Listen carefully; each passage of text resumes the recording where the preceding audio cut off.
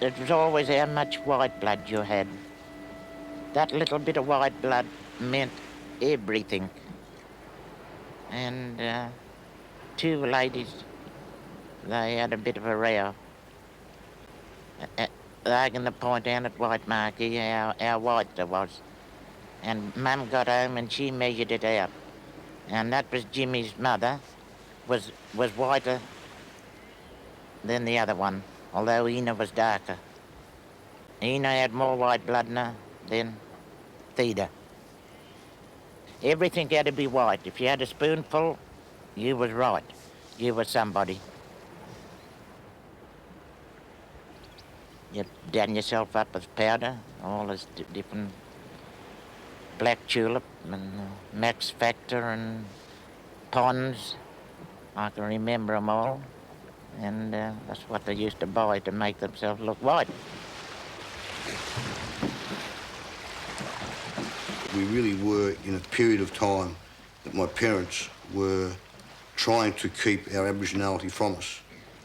But later on in life, when I was 16 and went fishing with my father and eventually got to Flinders Island, I stepped off the boat and a Pat Green came up, who's one of my cousins, who I had never met, and basically recognised me from my looks and said, "You're Keith Everett's son, aren't you?" And I said, "Yeah." She said, "I'm your cousin Pat. You better come down here and meet the rest of your mob." And so she took me down along the Lady Barron beach there, and there was all of our mob living in tin shacks and shanties along the beachhead there. And so I basically went in there and met everybody. How did you feel at that moment?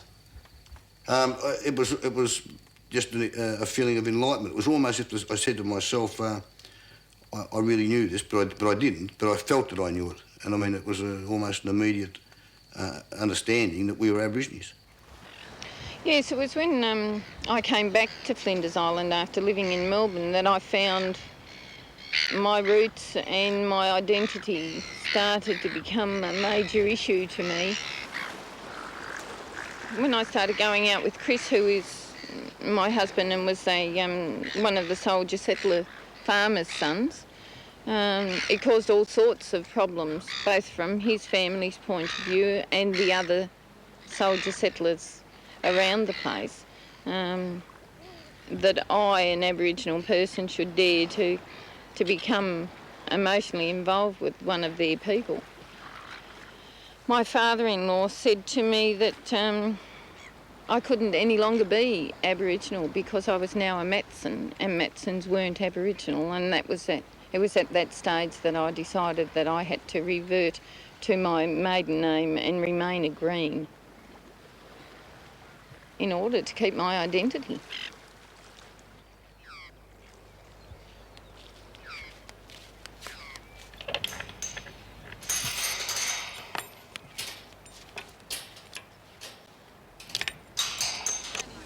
It's all about recognition of us as a people, of our sovereignty. And it's for those people over there that land rights is important for Waibelena. We've seen far too much done to those people and those graves over there, and we want to protect them, and we'll fight very hard to protect them. It's the point at which nearly all Aboriginal people in Tasmania come together because of the old fellas like Manalagena, who was great-great-grandfather to me and Vicky and a lot of Aboriginal people. That draws us together by family. The fact is that Waibelena is the place where genocide was attempted. Our taking back this site makes a statement that that genocide didn't succeed, that we are still here, we are still continuing, and we intend to stay here. There's no doubt about it that because of the preferential treatment, for want of a better word, that people of Aboriginal descent have received, there is more division and bitterness in this community now than when I first came 25 years ago. And you don't feel that a bit of preferential treatment doesn't do any harm given the 200 years of not such good treatment? Maybe preferential treatment does not necessarily need to be in the form of money. Maybe it can be in the form of of education, not only of people of Aboriginal descent, but certainly equal opportunity. I agree with that. But isn't it money and land? Isn't that what's important to people? That's very much a European value. Certainly it shouldn't be an Aboriginal one, I wouldn't have thought. Australia has this idea that Aborigine equals an old fella running around with a spear with one leg up and a loincloth on. And they don't realise that cultures can change, and contemporary Aboriginal Australia is a very diverse and rich culture and society. We don't have to stand around in the bush on one leg with a spear. Doesn't mean we're not black. In fact, it's very hard to find out how many Aboriginals we have got on the island, but a very large proportion of them have got blue eyes and fair hair. Also, a lot of people who are accepted by the Aboriginal community have no Aboriginal ancestry. And that's, that's a fact. So... To be accepted, and in fact, it's not a bad idea. I've often thought about it, but all you've got to do is to be accepted by the local Aboriginal community, and if they say 3 times I accept, you're in. I think. I'm not really sure. I haven't checked that one out in great detail, but it's sort of vaguely of that's the way that it sort of happens. It really is just another means of trying to destroy something that's important to us. A means of trying to make our identity seem unimportant. Can anyone identify and get No, financial benefits? Of course, anybody can't identify. The federal government puts down a very clear definition of Aboriginal people, and you have to fit within that definition. I might add there that we are the only race in Australia that is required to identify under legislation. I don't think that it is the job of me or my age group to carry what are now construed as the sins of our forefathers. I don't think that I should have a burden of guilt.